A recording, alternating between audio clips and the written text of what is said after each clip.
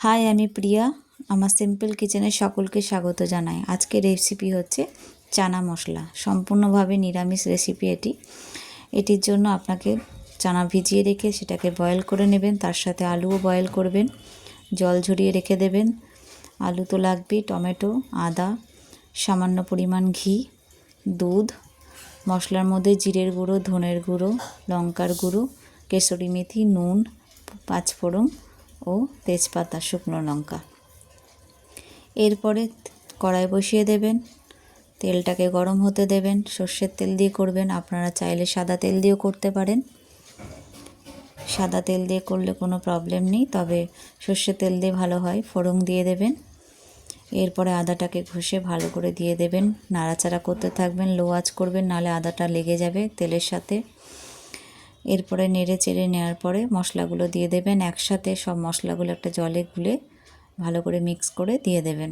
মশলাটা কষতে থাকবেন লো আঁচ করে। মশলাটা কষা হলে টমেটোগুলোকে দিয়ে দেবেন।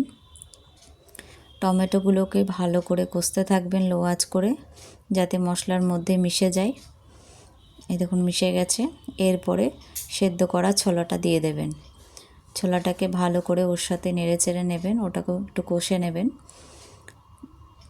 আস্তে আঁচ করে করবেন, যাতে তলায় না লেগে যায়। এরপরে আলুগুলোও দিয়ে দেবেন। আলুগুলো দিয়ে ভালো করে নাড়তে থাকবেন। একটু কষা হয়ে গেলে যে জলটা আমরা রেখে দিয়েছিলাম চানার, সেই জলটা দিয়ে দেবেন। তারপরে ভালো করে কষে গেলে এরপরে দুধ দিয়ে দেবেন। দুধটা দিয়ে একটু ফুটিয়ে নেবেন। কেশরি মেথি দিয়ে দেবেন। চাইলে আপনারা একটু চিনির হাতও দিতে পারেন, আমি দিইনি। ঘি দিয়ে দেবেন লাস্টে। দেখুন কত সুন্দর হয়েছে, একটু নতুনভাবে তৈরি করা হয়েছে। আপনারা বাড়িতে তৈরি করে খাবেন, খুব ভালো লাগবে। লুচি দিয়ে বা পরোটা, রুটি, যে কোনো কিছুতেই ভালো লাগে এটা খেতে। সম্পূর্ণ নিরামিষ। আমার চ্যানেল যদি আপনাদের রেসিপি ভালো লেগে থাকে, অবশ্যই আমাকে সাবস্ক্রাইব করবেন।